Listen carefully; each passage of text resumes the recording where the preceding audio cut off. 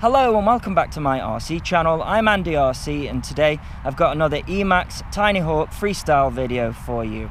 I'm going to be using my tune today, but I've also made a modification. I say modification, I've taken the linear antenna from the VTX and I've just threaded it through the hole in the LiPo strap. You see, the problem that I was having in my original review is that the linear antenna went off to one angle.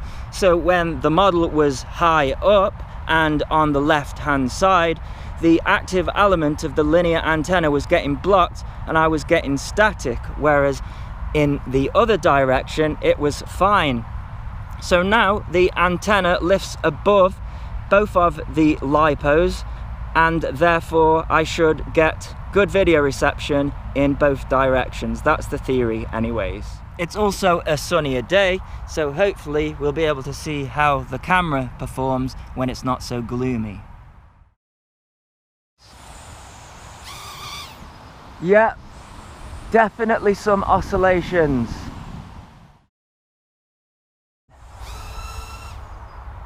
Smooth as anything, that's how you want it. I will link in the description to my Freestlye dump. Okay, let's do some FPV with it.